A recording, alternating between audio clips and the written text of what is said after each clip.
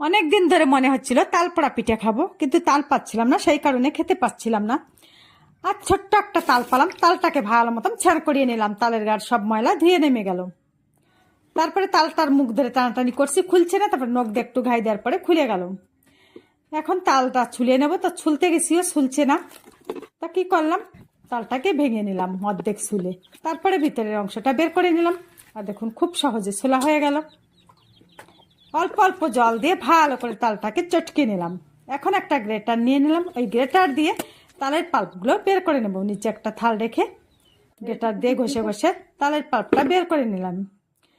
একটা পাত্র নিয়ে তাতে 1.5 কাপ সুজি দিলাম, 1 কাপ চালের গুঁড়া, 1 কাপ চিনি, 3 চামচ মিল্ক পাউডার, 1 মুঠ কোরা নারকেল, পরিমাণ মতো লবণ আর তালের পাল্প দিয়ে ভালো করে মেখে নিলাম।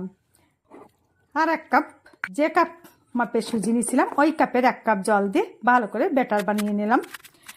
এখন যে পাত্রে পিঠা বানাবো ওই পাত্র মাপ করে কলা পাতা কেটে নিলাম। ওই পাত্রটায় ঘি লাগাই নিলাম, কলা পাতায় ঘি লাগাই নিলাম। আর একটা লম্বা লম্বা করে 2টো কলা পাতা কেটে নিচ্ছি চিকুন চিকুন করে পাশে দেওয়ার জন্য। ওটা আর দেখানো হয় না কাটাটা। এই দেখুন পাশে বসায় দিলাম, কি সুন্দর চিট হয়ে গেছে।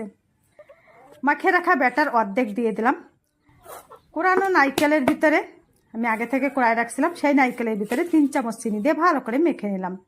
আর কোরানো নারকেল উপরে দিয়ে ব্যাটারের উপর, আর যে বাটারটা ছিল সেইটা দিয়ে চামচ দিয়ে ভালো করে চারিধারে লাগায় একটু সেট করে উপরে কলা পাতা দিয়ে গ্যাসের চুলা অন করে বসায় দিলাম 20 মিনিটের জন্য। উপরে 2টো ঢাকনা দিয়ে দিছি, একদম লো আছে জাল করে নিছি।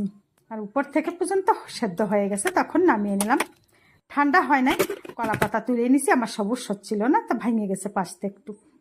দেখুন খেতে কিন্তু ভীষণ টেস্টি হয়েছিল।